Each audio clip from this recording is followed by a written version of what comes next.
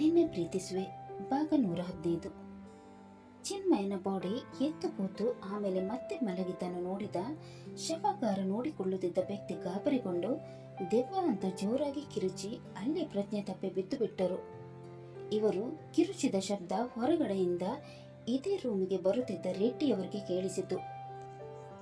ಒಳಗಡೆ ಏನು ನಡೆಯುತ್ತಿದೆ ಅಂತ ತಿಳಿಯಲು ಅವರು ನಿಧಾನವಾಗಿ ಹೆಜ್ಜೆ ಇಡುತ್ತಾ ಒಳಗೆ ಬಂದರು. ಆಗ ಅವರು ಅಲ್ಲೇ ಪ್ರಜ್ಞೆ ತಪ್ಪಿ ಬಿದ್ದಿದ್ದ ವ್ಯಕ್ತಿಯನ್ನು ನೋಡಿ, ಯಾರಿವನು? ಇವನು ಯಾಕೆ ಕಿರ್ಚ್ಕೊಂಡು ಬಿದ್ದಿದ್ದಾನೆ? ಮೊದಲೇ ರೂಮ್ ತುಂಬ ಹೆಣಗಳ ರಾಶಿ, ದೆವ್ವ ಏನಾದರೂ ಇರ್ಬೋದಾ? ಇದು ಹೆದರಿಕೊಳ್ಳೋ ಸಮಯ ಅಲ್ಲ, ಮೊದಲು ನಾನು ಮಾಡಕ್ಕೆ ಬಂದಿರೋ ಕೆಲಸ ಮುಗಿಸ್ಬೇಕು ಅಂತ ಅಂದುಕೊಂಡ ಅವರು ತನ್ಮಯನಿಗೆ ಕಾಲ್ ಮಾಡಿ ಶವಾಗಾರದ ಒಳಗೆ ಬರ ಹೇಳಿದರು.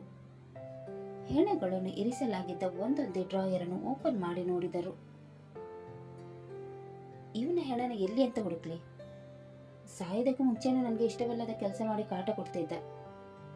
ಈಗ ಸತ್ ಮೇಲೆ ಕೂಡ ಕಾಟ ಕೊಟ್ಟೇ ಸತ್ತೋಗ್ಬಿಟ್ಟ. ಆದಷ್ಟು ಬೇಗ ಇವನ ಹೆಣ ಹುಡುಕಿ ಈ ಪೇಪರ್ಗೆ ಅವನ ಕೈಯಿಂದ ಹೆಬ್ಬಿಟ್ಟು ಹಾಕಿಸ್ಕೊಳ್ಬೇಕು ಅಂತ ಅಂದುಕೊಳ್ಳುತ್ತಾ ಅವರು ಚಿನ್ಮಯನ ಬಾಡಿಯನ್ನು ಹುಡುಕಾಡತೊಡಗಿದರು. ಬಾಡಿ ಹುಡುಕುತ್ತಿದ್ದವರಿಗೆ ಒಂದು ಡ್ರಾಯರ್ ಓಪನ್ ಇಟ್ಟಿದ್ದು ಕಣ್ಣಿಗೆ ಬಿತ್ತು. ಅರೆ, ಅಲ್ಲಿ ಒಂದು ಡ್ರಾಯರ್ ಓಪನ್ ಆಗಿದೆ ಅಲ್ವಾ? ಆ ಹೆಣವನ್ನು ನೋಡಿ ಒಂದು ಮೂರ್ಛೆ ಹೋದ್ನ ಹೇಗೆ? ಮೊದಲು ಹೋಗಿ ಆ ಹೆಣ ಯಾರದು ಅಂತ ನೋಡೋಣ ಅಂತ ಅಂದುಕೊಂಡ ಅವರು ಚಿನ್ಮಯನ ಬಾಡಿ ಇರಿಸಲಾಗಿದ್ದ ಡ್ರಾಯರ್ ಹತ್ತಿರ ಹೋದರು. ಅವನ ಬಾಡಿ ನೋಡಿ ಖುಷಿಯಾದವರು, ಹಬ್ಬ, ಕೊನೆಗೂ ಇವನ ಬಾಡಿ ಸಿಕ್ಬಿಡ್ತು, ಮೊದಲು ಇವನ ಕೈಯಿಂದ ಪೇಪರ್ಗೆ ಹೆಬ್ಬೆಟ್ಟು ಹಾಕಿಸ್ಕೊಳ್ಳೋಣ ಅಂತ ಹೇಳುತ್ತಾ ಅವರು ಅವನ ಕೈ ಹಿಡಿಯಲು ಹೋದರು. ಅವನ ಕೈ ಹಿಡಿದ ತಕ್ಷಣ ಅವರಿಗೆ ಒಂದು ಕ್ಷಣ ಶಾಕ್ ಆಯಿತು. ಅವನ ಕೈ ಮೂಮೆಂಟ್ ಆಗಿದ್ದನ್ನು ನೋಡಿ ಅವನ ಎದೆ ಹತ್ತಿರ ತಲೆ ಇಟ್ಟರು. ಅವನ ಎದೆ ಬಡಿತ ಅವರಿಗೆ ಕೇಳಿಸಿ, ಎಲ್ಲರೂ ಇವನು ಸತ್ತೋಗಿದ್ದಾನೆ ಅಂತ ಅಂದ್ಕೊಂಡಿದ್ದಾರೆ, ಆದರೆ ಇವನು ಇನ್ನೂ ಜೀವಂತವಾಗಿದ್ದಾನೆ ಅಂತ ಅಂದುಕೊಳ್ಳುತ್ತಿರಬೇಕಾದರೆ ತನ್ಮಯ್ ಅಲ್ಲಿಗೆ ಬಂದನು. ಅವರನ್ನು ನೋಡಿದ ಅವನು, ಡ್ಯಾಡ್, ಅಲ್ಲೇನು ಮಾಡ್ತಾ ಇದ್ದೀರಾ? ಅದು ಯಾಕೆ ಗರಬಿಟ್ಟಿದವರ ಹಾಗೆ ನಿಂತಿದ್ದೀರಾ? Any issues? ಏನಾದರೂ ತೊಂದರೆನಾ ಡ್ಯಾಡ್? ನಿನ್ನ ಅಣ್ಣ ಇನ್ನೂ ಜೀವಂತವಾಗಿದ್ದಾನೆ, ಅವನು ಉಸಿರಾಡ್ತಾ ಇದ್ದಾನೆ. ಏನು, ಬ್ರೋ ಸತ್ತಿಲ್ವಾ? ಇನ್ನೂ ಜೀವಂತವಾಗಿದ್ದಾನ? ನಿಮಗೆ ಹೇಗೆ ಗೊತ್ತು ಡ್ಯಾಡ್? ಇಲ್ಲಿ ನನ್ನ ಕಣ್ಮುಂದೆ ಇದ್ದಾನಲ್ವಾ ಅಂತ ಅವರು ಹೇಳಿದಾಗ ತನ್ಮಯ್ ಚಿನ್ಮಯನನ್ನು ಇರಿಸಿದ್ದ ಡ್ರಾಯರ್ ಹತ್ತಿರ ಹೋದನು. ಎಲ್ಲರೂ ಇವನು ಸತ್ತು ಹೋಗಿದ್ದಾನೆ ಅಂತ ಅಂದ್ಕೊಂಡಿದ್ದಾರೆ, ಆದರೆ ಇವನು ಇನ್ನೂ ಜೀವಂತವಾಗಿದ್ದಾನೆ. ಎಲ್ಲರೂ ಇವನು ಸತ್ತು ಹೋಗಿದ್ದಾನೆ ಅಂತ ಅಂದ್ಕೊಂಡಿದ್ದಾರಲ್ವಾ? ಹಾಗೆ ಅಂದ್ಕೊಳ್ಳಿ, ಯಾಕಂದರೆ ಈಗ ನಾನು ನನ್ನ ಕೈಯಾರೆ ಇವನನ್ನು ಸಾಯಿಸ್ತೀನಿ ಅಂತ ಹೇಳಿ ಅವನ ಕುತ್ತಿಗೆ ಇಸಿಕಲು ಹೋದನು. ಆಗ ರೆಡ್ಡಿಯವರು ಅವನನ್ನು ತಡೆಯತೊಡಗಿದರು. ಬಿಡಿ ಡ್ಯಾಡ್, ಇವತ್ತು ಇವನು ಸಾಯಲೇಬೇಕು. ಇವನೇನಾದರೂ ಬದುಕಿದ ಅಂದರೆ ಇಕ್ಷಾಳ ಜೊತೆ ಖುಷಿಯಾಗಿರ್ತಾನೆ. ಇವನು ಖುಷಿಯಾಗಿರೋದು ನನ್ನ ಕೈಯಲ್ಲಿ ಸಹಿಸೋಕ್ಕಾಗಲ್ಲ. ಇವನು ಬದುಕಿದ ಅಂದರೆ ಅಟೆಂಪ್ಟ್ ಮರ್ಡರ್ ಕೇಸಲ್ಲಿ ನಾನು ಒಳಗಡೆ ಹೋಗ್ಬಿಡ್ತೀನಿ. ಇವನನ್ನು ಸಾಯಿಸಿ ಮರ್ಡರ್ ಕೇಸಲ್ಲಿ ನಾನು ಜೈಲಿಗೆ ಹೋದ್ರೂ ಪರವಾಗಿಲ್ಲ, ಆದರೆ ಇವನು ಮಾತ್ರ ಬದುಕಬಾರ್ದು ಅಂತ ಹೇಳಿ ಮತ್ತೆ ಅವನ ಕುತ್ತಿಗೆ ಹಿಸಿಕಲು ಹೋದರು. ಆಗ ರೆಡ್ಡಿಯವರು ಜೋರಾಗಿ ಅವನನ್ನು ಎಳೆದು ಅವನ ಕೆನ್ನೆಗೆ ಪಟಾರನೆ ಬಾರಿಸಿದರು. ಇದನ್ನು ನೋಡಿ ಕೋಪ ಮಾಡಿಕೊಂಡ ಅವನು, ಡ್ಯಾಡ್, ಇವನಿಗೋಸ್ಕರ ನನಗೆ ಹೊಡಿತಾ ಇದ್ದೀರಾ? So mean dad. ಇವನನ್ನು ಕಂಡು ನಿಮಗೆ ಆಗ್ತಾ ಇರಲಿಲ್ಲ, ಈಗೇನು ಪ್ರೀತಿ ಉಕ್ಕಿ ಹರಿತಾ ಇದೆಯಾ? ಪ್ರೀತಿನೇ ಇಲ್ಲ, ಮಣ್ಣನೇ ಇಲ್ಲ, ಸುಮ್ಮನೆ ಇರಿ ನೀನು. ಈಗ ಯಾವುದೇ ಕಾರಣಕ್ಕೂ ಇವನು ಸಾಯಬಾರ್ದು, ಇವನನ್ನು ನಾವು ಬದುಕಿಸ್ಬೇಕು. ಇವನಿಂದ ಆಗುವಂಥ ಕೆಲಸಗಳು ತುಂಬ ಇದೆ. ಒಂದ್ಸಲ ಕೆಲಸ ಆಯಿತು ಅಂದರೆ ಮತ್ತೆ ನೀನು ಏನು ಬೇಕಾದ್ರೂ ಮಾಡ್ಕೋ. ಡ್ಯಾಡ್, ನೀವು ಏನು ಹೇಳ್ತಾ ಇದ್ದೀರ ಅಂತ ನನಗೆ ಒಂಚೂರು ಅರ್ಥ ಆಗ್ತಾ ಇಲ್ಲ. ಇವನಿಂದ ಏನು ಕೆಲಸ ಆಗಕ್ಕಿದೆ? ಇವನನ್ನು ನಾವು ಯಾಕೆ ಬದುಕಿಸ್ಬೇಕು? ಅದೆಲ್ಲ ಹೇಳೋಕೆ ಈಗ ಟೈಮ್ ಇಲ್ಲ. ಇಲ್ಲಿಂದ ಹೊರಗೆ ಹೋದ್ಮೇಲೆ ಎಲ್ಲ ವಿಷಯ ಹೇಳ್ತೀನಿ. ಈಗ ಇವನನ್ನು ಹೇಗಾದ್ರೂ ಮಾಡಿ ಇಲ್ಲಿಂದ ಕರೆದುಕೊಂಡು ಹೋಗಬೇಕು. ಅಲ್ಲಿ ಪ್ರಜ್ಞೆ ತಪ್ಪಿ ಬಿದ್ದಿದ್ದ ನೋಡು, ಅವನಿಗೆ ಪ್ರಜ್ಞೆ ಬರೋದರೊಳಗೆ ನಾವು ಇಲ್ಲಿಂದ ಎಸ್ಕೇಪ್ ಆಗಬೇಕು. ಆದ್ರೆ ಡ್ಯಾಡ್, ಇವನನ್ನು ನಾವು ಇಲ್ಲಿಂದ ಕರೆದುಕೊಂಡು ಹೋದ್ರೆ ಬಾಡಿ ಇಲ್ಲ ಅಂತ ಎಲ್ಲರಿಗೂ ಗೊತ್ತಾಗುತ್ತಲ್ವಾ?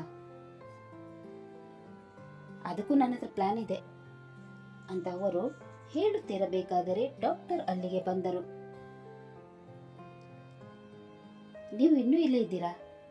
ಬೇಗ ಹೊರಡಿ ಇಲ್ಲಿಂದ, ಇಲ್ಲ ಅಂದ್ರೆ ನಿಮ್ ಜೊತೆ ನಾನು ಕೂಡ ಸಿಕ್ಕಾಕೊಂಡ್ಬಿಡ್ತೀನಿ.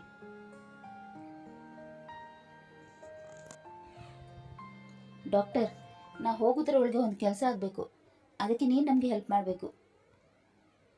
ಏನು ಕೆಲಸ? ಬೇಗ ಹೇಳಿ. ಯಾರಾದರೂ ನೋಡೋದ್ರೊಳಗೆ ನಾನು ಇಲ್ಲಿಂದ ಹೋಗಬೇಕು. ಇಲ್ಲಿ ಡ್ರಾಯರ್ ಒಳಗೆ ಇದ್ದ ನೋಡು, ಅವ್ನು ನನ್ನ ಮಗ. ನಮ್ಮ ಜೊತೆ ಅವನು ಕೂಡ ಬರಬೇಕು. ಅದು ಹೇಗೆ ಆಗುತ್ತೆ? ಈ ಬಾಡಿದು ಪೋಸ್ಟ್ ಮಾರ್ಟಮ್ ಮಾಡೋಕ್ಕೆ ಇನ್ನು ಬಾಕಿ ಇದೆ. ಡಾಕ್ಟರ್ ಬಾಡಿ ಎಲ್ಲಿ ಅಂತ ಕೇಳಿದ್ರೆ ದೊಡ್ಡ ಅನಾಹುತ ಆಗ್ಬಿಡುತ್ತೆ. ಅವನು ಪೋಸ್ಟ್ ಮಾರ್ಟಮ್ ಮಾಡೋಕ್ಕೆ ಅವನು ಸತ್ತಿಲ್ಲ, ಅವನು ಇನ್ನೂ ಜೀವಂತವಾಗಿದ್ದಾನೆ. ಅದು ಹೇಗೆ ಸಾಧ್ಯ? ಇಲ್ಲಿ ಡೆಡ್ ಬಾಡಿನ ಮಾತ್ರ ಇರಿಸ್ತಾರೆ, ಜೀವಂತವಾಗಿರೋನಲ್ಲ. ಅವನು ಸತ್ತು ಹೋಗಿದ್ದಾನೆ ಅಂತ ಎಲ್ಲರೂ ಅಂದ್ಕೊಂಡಿದ್ದಾರೆ, ಆದರೆ ಅವನು ಇನ್ನೂ ಜೀವಂತವಾಗಿದ್ದಾನೆ. ಬೇಕಾದ್ರೆ ನೀನೇ ಒಂದ್ಸಲ ಚೆಕ್ ಮಾಡು ಅಂತ ಅವರು ಹೇಳಿದಾಗ ಡಾಕ್ಟರ್ ಚಿನ್ಮಯನನ್ನು ಪರಿಶೀಲಿಸಿದರು. ಚಿನ್ಮಯ್ ಬದುಕಿರೋದು ಅವರಿಗೆ ಅರಿವಾಗಿ ಆಶ್ಚರ್ಯಗೊಂಡರು. ಸತ್ತೋಗಿರೋ ವ್ಯಕ್ತಿ ಜೀವಂತವಾಗಿದ್ದಾನೆ ಅಂದ್ರೆ ಇಟ್ಸ್ ಅ ಮಿರಾಕಲ್. ಮಿರಾಕಲ್ಲು ಇಲ್ಲ, ಮಣ್ಣೂ ಇಲ್ಲ. ನೀವು ಡಾಕ್ಟರ್ಗಳು ಸರಿಯಾಗಿ ಚೆಕ್ ಮಾಡಿದ್ರೆ ತಾನೆ ಬದುಕಿರೋ ವ್ಯಕ್ತಿನ ಸತ್ತಿದ್ದಾನಂತ ಹೇಳಿ ಇಲ್ಲಿ ತಂದು ಹಾಕಿದ್ದೀರಾ. ನಾನೇನಾದ್ರೂ ನೋಡಿರಲಿಲ್ಲ ಅಂದ್ರೆ ನೀವು ಇವನ ಪೋಸ್ಟ್ ಮಾರ್ಟಮ್ ಕೂಡ ಮಾಡ್ತಾ ಇದ್ರಿ. ಇವನಿಗೆ ಟ್ರೀಟ್ಮೆಂಟ್ ಕೊಟ್ಟು ಸರಿ ಮಾಡಿಸೋ ಜವಾಬ್ದಾರಿ ನಿಂದು. ಎಷ್ಟು ದುಡ್ಡು ಬೇಕು ಕೇಳು, ಅಷ್ಟು ದುಡ್ಡು ಬಿಸಾಕ್ತೀನಿ, ಆದ್ರೆ ಇವನ್ ಮಾತ್ರ ಸರಿ ಹೋಗ್ಬೇಕು. ಸರಿ, ನಾನು ಅವನಿಗೆ ಟ್ರೀಟ್ಮೆಂಟ್ ಕೊಡ್ತೀನಿ, ಆದ್ರೆ ಪೊಲೀಸರು ಬಂದು ಬಾಡಿ ಎಲ್ಲಿ ಅಂತ ಕೇಳಿದ್ರೆ ಅವ್ರಿಗೆ ಏನು ಹೇಳೋದು? CCTV ಎಲ್ಲ ಜಾಲ ಹಿಡಿದ್ರೆ ನಾವೆಲ್ಲ ಸಿಕ್ಕಾಕೊಂಡ್ಬಿಡ್ತೀವಿ. ಈ ರೂಮ್ ಒಳಗೆ CCTV ಇದೆಯಾ? ಇಲ್ಲ, ಈ ರೂಮ್ ಒಳಗಡೆ ಹೊರಗಡೆ ಒಂದಿದೆ, ಆದ್ರೆ ಅದು ಕೆಟ್ಟು ಹೋಗಿ 2 ದಿನ ಆಯ್ತು. ಅದು ಮೋಸ್ಟ್ಲಿ ನಾಳೆ ಸರಿ ಹೋಗ್ಬೋದು. ಹಾಗಾದ್ರೆ ನೀನೇನು ಚಿಂತೆ ಮಾಡಬೇಡ, ನಾನಿದ್ದೀನಿ, ನಾನು ಎಲ್ಲ ನೋಡ್ಕೋತೀನಿ. ಮೊದಲು ಇವನನ್ನು ಕೆಳಗಿಳಿಸಿ, ಇವನ ಜಾಗದಲ್ಲಿ ಇಲ್ಲಿ ಕೆಳಗೆ ಪ್ರಜ್ಞೆ ಕಳೆದುಕೊಂಡು ಬಿದ್ದಿದ್ದ ನೋಡು, ಅವನನ್ನು ತಂದು ಮಲಗಿಸ್ಬೇಕು. ಅದಕ್ಕಿಂತ ಮೊದಲು ಅವನ ಪ್ರಜ್ಞೆ ತಪ್ಪಿಸು. ಅವನಿಗೆ ಏನಾದರೂ ಎಚ್ಚರ ಆದ್ರೆ ಕಷ್ಟ.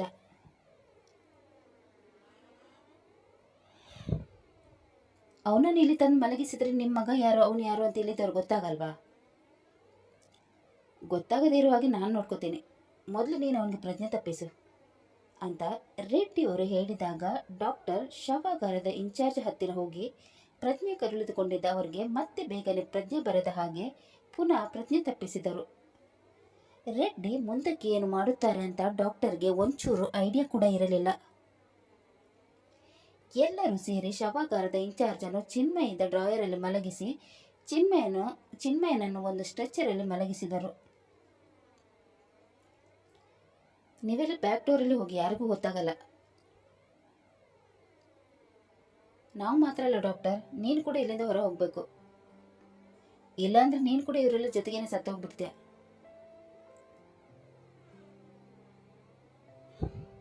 ನಾನು ನಿಮ್ಮ ಜೊತೆ ಬರೋಕ್ಕಾಗಲ್ಲ, ಯಾಕಂದ್ರೆ ನನಗೆ ಡ್ಯೂಟಿ ಇದೆ. ನಾನೇನಾದರೂ ಇಲ್ಲಿ ಕಾಣಿಸಿಲ್ಲ ಅಂದರೆ ಎಲ್ಲರಿಗೂ ಡೌಟ್ ಬಂದ್ಬಿಡುತ್ತೆ. ಪ್ಲೀಸ್ ನೀವೆಲ್ಲ ಹೋಗಿ ಇಲ್ಲಿಂದ. ನಿಮ್ಮ ಮಗನಿಗೆ ಟ್ರೀಟ್ಮೆಂಟ್ ಕೊಡಲು ನಾನು ಡ್ಯೂಟಿ ಮುಗಿಸ್ಕೊಂಡು ಬರ್ತೀನಿ. ಪ್ಲೀಸ್ ಈಗ ಹೊರಡಿ ಇಲ್ಲಿಂದ.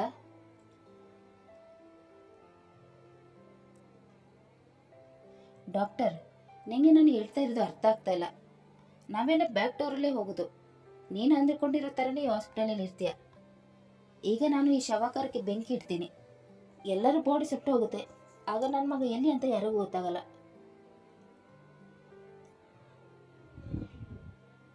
ನೀವು ಏನು ಹೇಳ್ತಾ ಇದ್ದೀರಾ ಸರ್? ಇಲ್ಲಿರುವ ಎಲ್ಲರ ಬಾಡಿಗಳನ್ನು ಅವರವ್ರ ಮನೆಗೆ ತಲುಪಿಸಬೇಕು.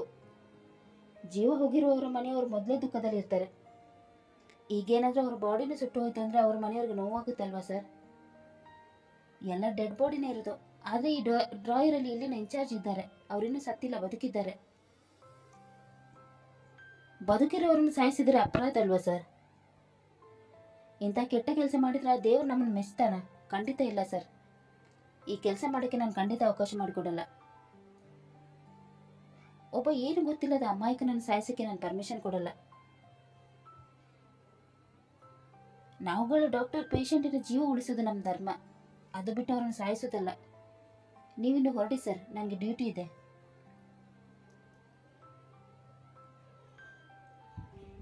ನಿನ್ನ ಪರ್ಮಿಷನ್ ಯಾರಿಗೆ ಬೇಕಯ್ಯ? ಈ ರೆಡ್ಡಿ ಮನಸ್ಸು ಮಾಡಿದೆ ಅಂದರೆ ಮುಗೀತು, ಮತ್ತು ಯಾರ ಪರ್ಮಿಷನ್ ಕೇಳೋ ಅಗತ್ಯನೇ ಇಲ್ಲ. ಇವರೆಲ್ಲ ಸಾಯ್ತಾರೆ, ಈಗ ನಿನಗೂ ಸಾಯಕ್ಕೆ ಮನಸ್ಸಿದ್ರೆ ನೀನು ಕೂಡ ಇಲ್ಲೇ ಇರು. ಇಷ್ಟು ಜನರನ್ನು ಸುಡಕ್ಕೆ ಹೊರಟಿದ್ದೀನ ಅಂದರೆ ನಿನ್ನನ್ನು ಬಿಡ್ತೀನ?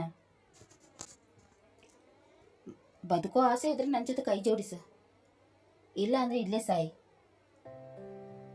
ಅಂತ ಹೇಳಿ ಅವರು ಅಲ್ಲಿದ್ದ ಕರ್ಟನ್ಗಳನ್ನು ಹಾಕಿ ಪಕ್ಕದಲ್ಲಿದ್ದ 2-3 ಬ್ಯಾಟರಿಗಳನ್ನು ಮಧ್ಯದಲ್ಲಿ ಇರಿಸಿ ಬೆಂಕಿ ಹಚ್ಚಲು ಅನುವಾದರು. ಡಾಕ್ಟರಿಗೆ ಭಯವಾಗಿ ಅವರು ಕೂಡಲೇ ಅಲ್ಲಿಂದ ಹೊರ ಹೋದರು.